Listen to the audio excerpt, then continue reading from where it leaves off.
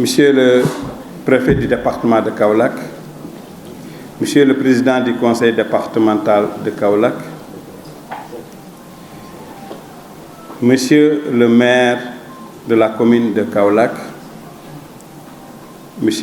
Madame la directrice régionale de la santé de Kaolack, Monsieur le représentant résident de l'OMS au Sénégal, Monsieur le président du réseau des associations de promotion de la santé mentale, représentant des acteurs communautaires, chers membres de la presse, distingués invités en vos titres, grades, rangs, Mesdames, Messieurs, c'est avec un immense plaisir que je préside ce matin la cérémonie officielle marquant la 32e édition de la Journée mondiale de la santé mentale, dont le thème choisi cette année traite enfin de la problématique globale du bien-être et de la qualité de vie au travail, domaine très peu abordé.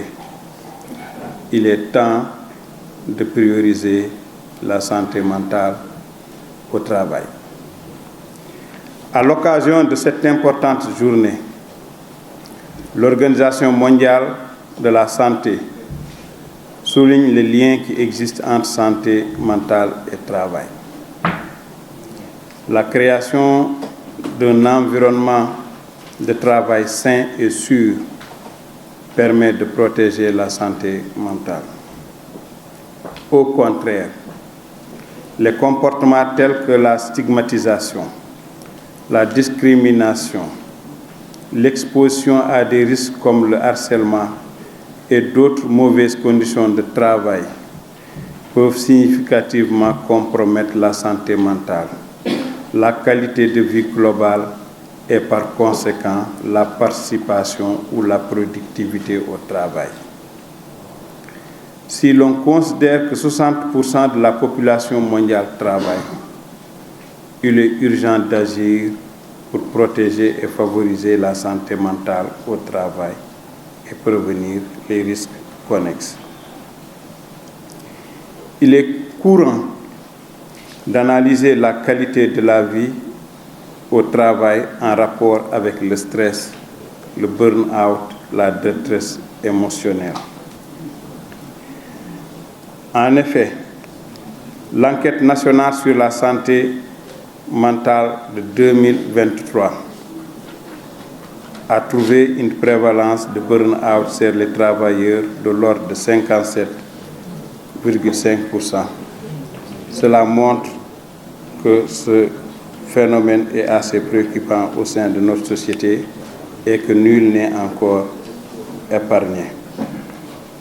Il convient de rappeler que la performance ne repose pas seulement sur la volonté des professionnels de bien vouloir remplir leur mission, mais aussi et surtout sur la capacité des organisations à favoriser les conditions d'une qualité au travail et d'un plein épanouissement du travailleur.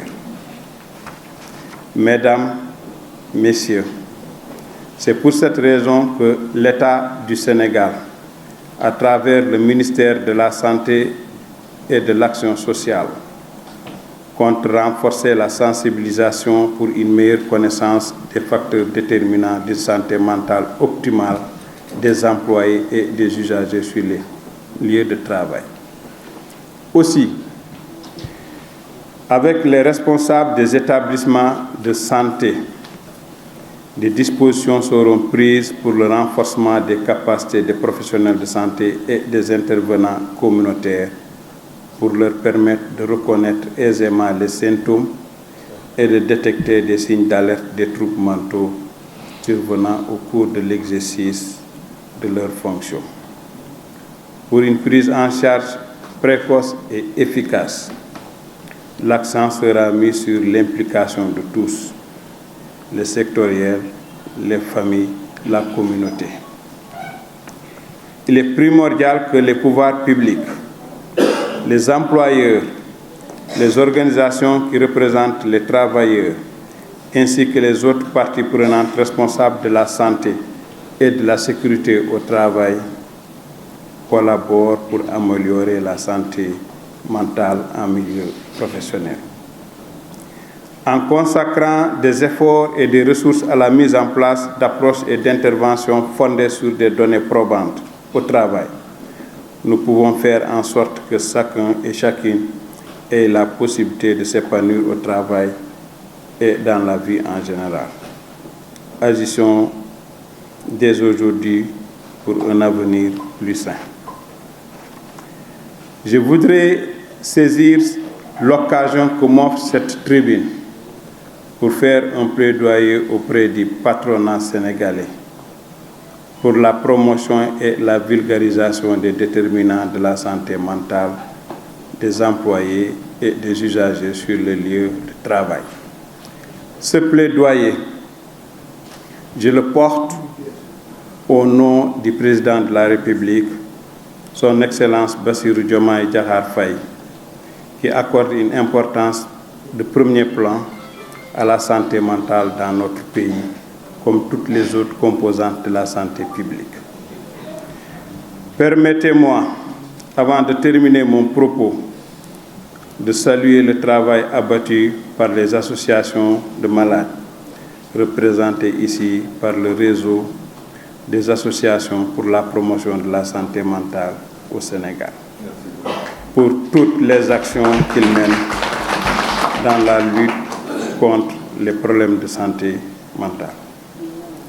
À ces acteurs et à d'autres, je réaffirme ma disponibilité et celle de mes services pour une franche collaboration et je m'engage à les accompagner. Mesdames, Messieurs, c'est sur ces mots que je déclare ouverte la 32e édition de la Journée mondiale de la santé mentale, édition 2024. Il est temps de prioriser la santé mentale au travail. Je vous remercie de votre aimable attention.